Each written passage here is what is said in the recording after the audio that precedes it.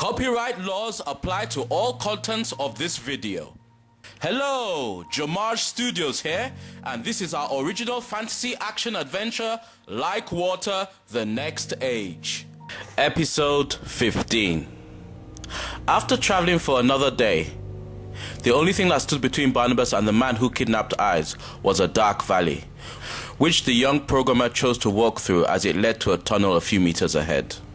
"Hey there, little guy," said Barnabas as he knelt to greet a boy who was dressed in rags and looked like he was around 6 years old.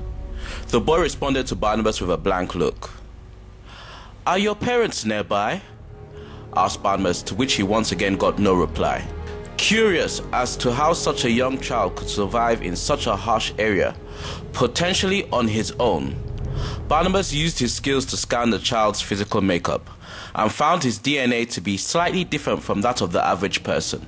The boy, while Barnabas was scanning him, took the young programmer by the hand and led him to a part of the valley where hundreds of young children stood. "Are there any adults around?" asked Barnabas, who was now beginning to get a bad feeling as the children surrounded him in the area that was littered with human bones. The young programmer then looked at the boy who was holding his hand, only to find him transform into a demonic zombie-like creature, causing Barnabas to jump back startled, while all the children around him began to have the exact same kind of transformation. Barnabas immediately manipulated the air around him in such a way he was able to leap over the children and run towards the tunnel.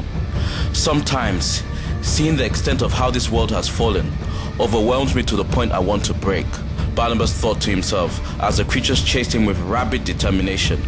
However, I know where my strength ends, God's strength begins, said Barnabas as he made a decision to stop running and face the horde that was approaching him.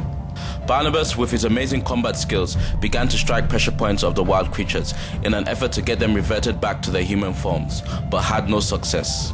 He then tried to extract the essence of their demonic nature with a water-based medical technique, which had proved to be effective in the past, with no avail.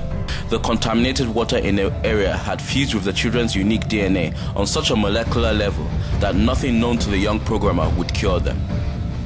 The only option was to end their lives, for if he didn't, others would fall victim to these creatures that had sadly started out as children.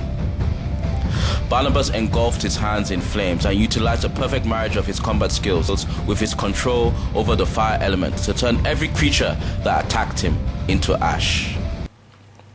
After the battle was over, it began to rain, and Barnabas dropped to his knees, mourning the death of all his attackers. That is the end of episode 15, but before we go, answer this episode's question. Did Barnabas really have to kill the horde of carnivorous children that attacked him? Give your answers in the comments below, as well as on our Facebook and Twitter page. Hope you enjoyed this episode. Stay tuned for the next one. Until then, subscribe to JOMAJ Studio YouTube channel, add us on Facebook, and follow us on Twitter. Link to our website and all social media can be found in the description box below. See you later.